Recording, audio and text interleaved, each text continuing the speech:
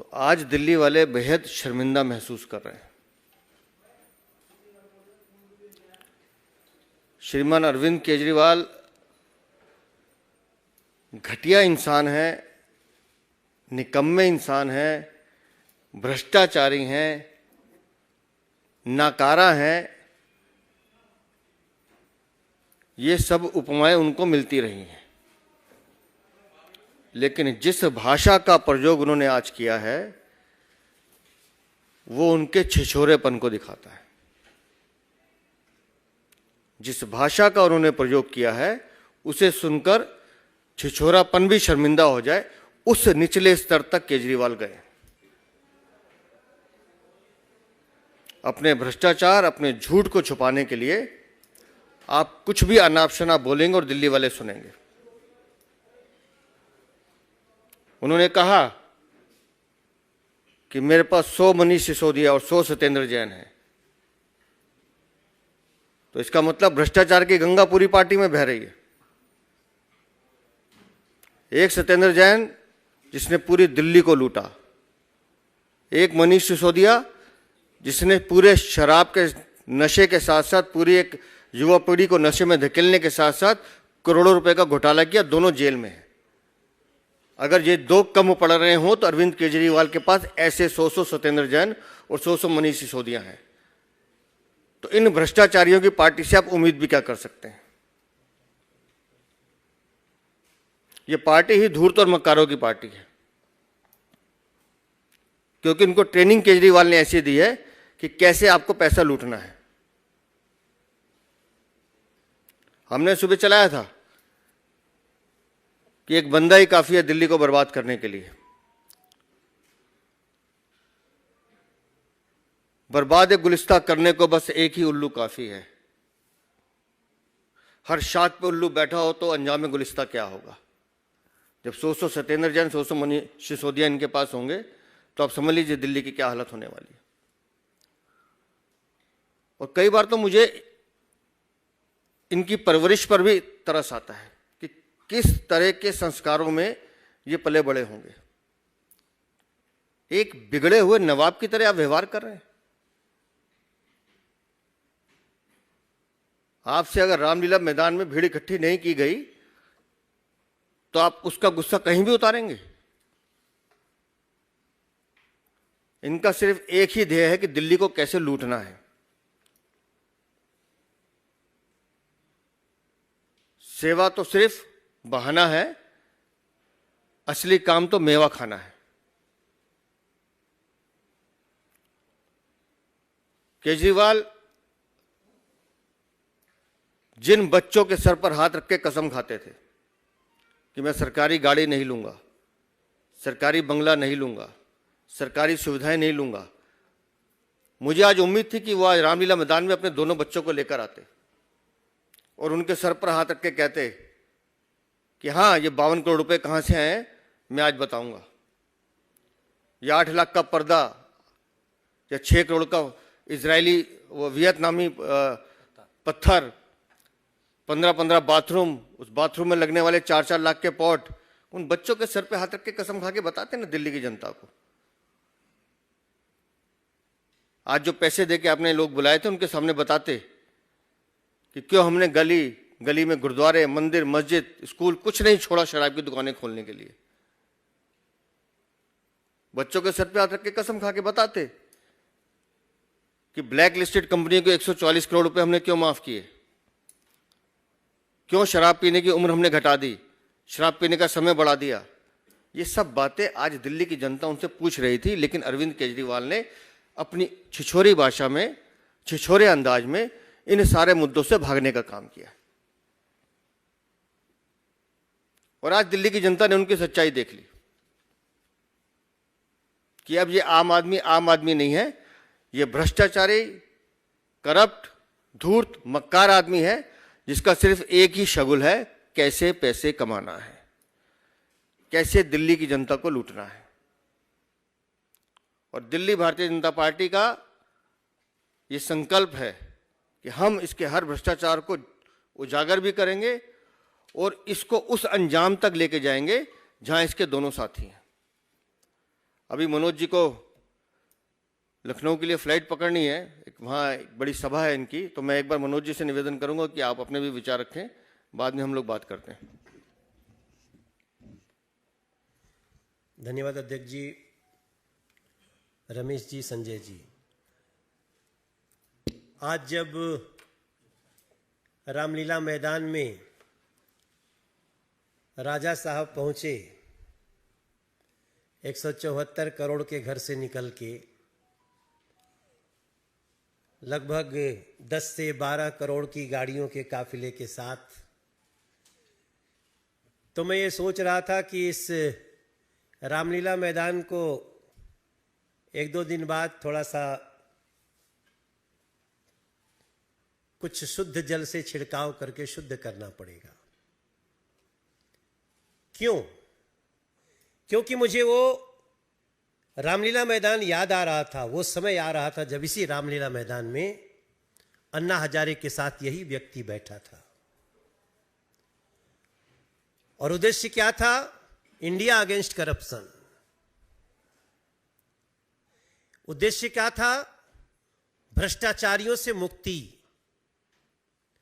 आज उसी रामलीला मैदान में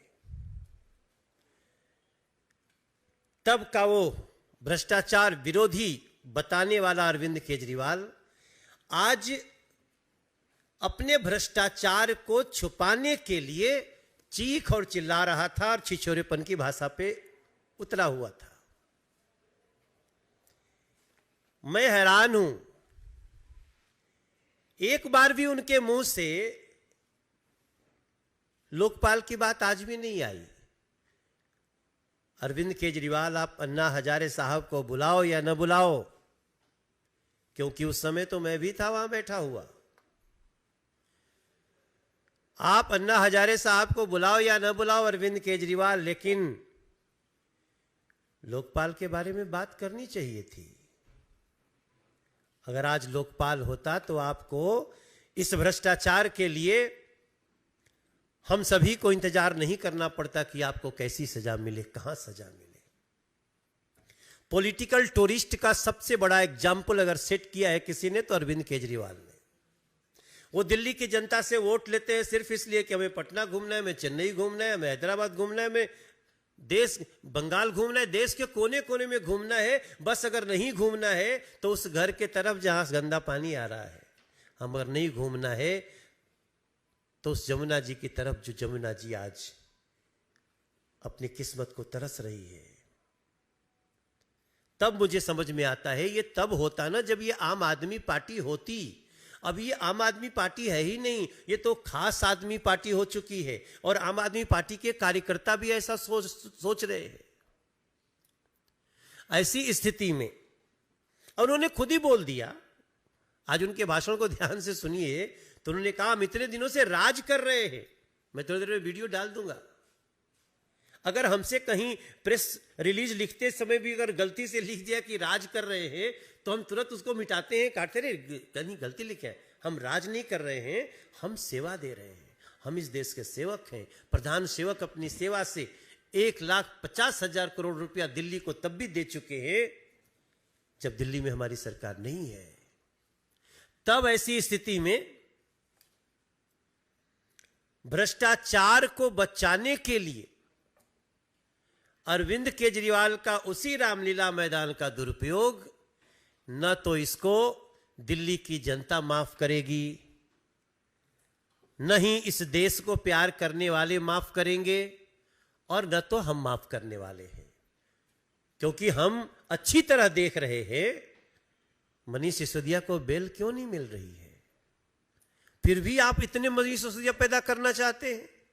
तो आज मैं सिर्फ इतनी बात के साथ कि अपने को राजा समझने वाले अरविंद केजरीवाल जी, आप चाहे लाख कोशिश कर दीजिए, जिस कपिल सिब्बल की बुराई करते करते, उनके भ्रष्टाचार बताते बताते आज आप यहां आए थे, आप उन्हीं की तारीफ के कसीदे काढ़ रहे थे।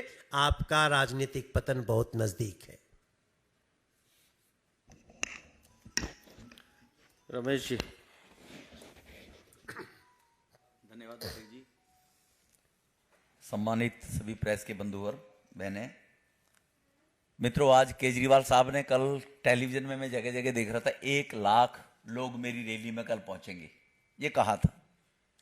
मैंने बात की टेंट वाले के साथ, जो काम करने वाला व्यक्ति है, कह रहा भाई हमको तो 10,000 कुर्सियों की पेमेंट मिली है।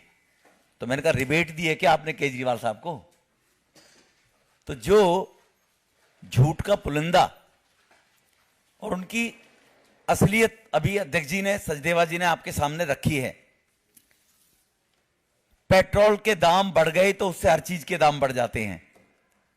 पहले तो आपको मैं जानकारी में दूं कि पेट्रोल के दाम जो आज सिब्बल साहब को साथ बैठाकर वो प्रेस कर रहे थे और कांग्रेस को गलबैयां कर रहे हैं, हमारे साथ समर्थन दे दो, समर्थन ले लो, उसी कांग्रेस के जमाने में 2004 में जब अटल बिहारी वाजपेयी की सरकार गई थी 36 रुपए लीटर पेट्रोल हुआ करता था। 14 में जब मोदी साहब आए तो पेट्रोल की कीमत 78 रुपए लीटर थी, 36 से 78 थी। आज तो 78 से 91 हुई है केवल, और वो भी कोविड के कारण, यूक्रेन रसिया युद्ध के कारण। और पेट्रोल बेशर्मी की हद देखिए। हमारे कहावत है देहात में कि भैंस अपने रंग को देखती नहीं और छाते को देखकर बिदकती है। आज ही पंजाब में वेट बढ़ाया 92 पैसे पेट्रोल पर, आज ही पंजाब के लोगों का। किस मुंह से आप कह रहे हो कि पेट्रोल के दाम बढ़ रहे हैं? और कंपेयर करिए कपिल सिब्बल के साथ कि कांग्रेस के जमाने में 36 से 78 पेट्रोल के दाम हुए थे, तब बढ़े थे या अब बढ़े थे। और 18 करोड़ रुपया मनु सिंघवी को आपने भ्रष्टाचार के मुकदमे लड़ने में दिए। ये क्या केजरीवाल साहब के बाबू के पैसे थे क्या? ये दिल्ली की जनता के वही टैक्स पेयर के पैसे हैं जो माचिस भी खरीदते तो टैक्स देते हैं अपने करप्शन, अपने झूठे कुकर्म को ढकने के लिए। और वो वीडियो हर चैनल के पास होगी, कपिल सिब्बल जिसमें भ्रष्ट आदमी थे। मेरा निवेदन है मीडिया के बंधुओं से, वो आज देश के लोगों को, दिल्ली के लोगों को चैनल जरूर दिखाएं जहां वो एक तरफ आज कसीदे पढ़ रहे थे और सत्ता में आने से पहले कपिल सिब्बल की क्या ईमानदारी का बखान कर रहे थे कि वो ईमानदार हैं, चोर हैं, भ्रष्ट हैं, बढ़िया हैं। तो जनता को इसका पता लग जाना चाहिए जी। और जो केजरीवाल साहब भ्रष्टाचार की बात करते हुए अभी अध्यक्ष जी ने कहा कि काश 2 बच्चों को आज लेकर बैठते और कहते मैंने 2 बच्चों की कसम खाई थी, मैं ये काम नहीं करूंगा, देखे मैंने कुछ भी नहीं किए। आज पता नहीं बच्चे कहां चले गए, इसका कौन जवाब देगा? तो इसलिए उनकी जो कपिल सिब्बल के साथ में और भ्रष्टाचार को लेकर कई बातें हैं, वो कहीं ना कहीं बेशर्मी की, सारी निर्लज्जता की सारी हदों को पार करती नजर आई। आज दिल्ली के लोगों ने देखा था। दिल्ली के सांसद घरों में बैठे रहते हैं।